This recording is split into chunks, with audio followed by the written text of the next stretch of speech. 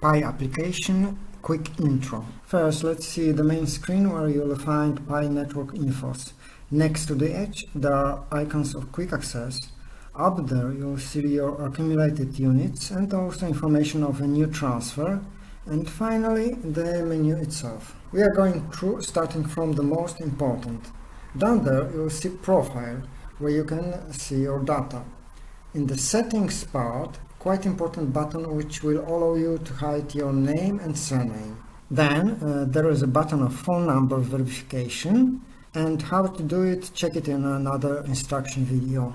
Earn Pi. On the screen, this is the green icon which serves to renew your presence every day. Then the tab which opens is a bit different. Normally you will see these calculations of your units at this specific moment, but see another video how it is exactly calculated. Rules. You can check what do they mean. The question marks will reveal some more infos. Buttons to the left will show you lists of persons. Earning team. These are persons who used your invitation code. At the very beginning you see the short wrap-up. The active one has such a green icon. Non-active doesn't. The status is also written below the login or a name. At the bottom you will find quite important button, ping inactive. You have to remember that inactive members also influence negatively on you as you lose common part. See also another specific video on this topic. Secure circle.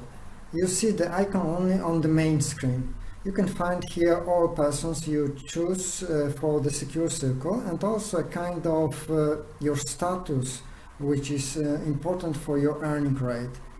This person has the information that his telephone is not yet verified. It is important as until he does it, the units you get from his presence will not be accessible. At the bottom, the button to add a person to your secure circle. See also another more detailed film about it. Piups. Now there are two, Chat and Fever IQ. The second is important as you can get units from them and see how transfer works. Without KYC you cannot send any yourself. Transfer. When you will get the first transfer, the icon will appear and you'll be able to see the history of your transfers. See also a film instruction about Fever IQ, which explains how to do it and how to apply for the KYC there. Node. Here you can get your PC or laptop version of this application.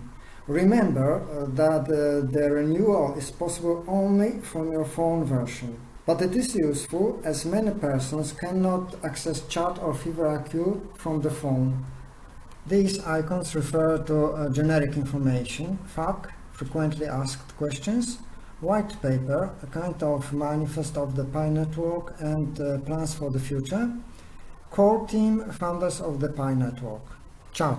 Honestly, I found it a place mostly for idiots, as every second someone asks how much is Pi, repeats the same questions that are explained in facts. Especially English one is tragic and flows as a torrent. Many persons are not able to access it on phones. Famous and mysterious error 538. Anyway, it is easier to write on PC version, though it has little sense and some moderators behave like trolls. But you can find some important elements in this tab. First is that you will have here your groups chat if you activated it. It could help in maintaining communication. Then at the top you will find facts, which are evidently not read by most of the users.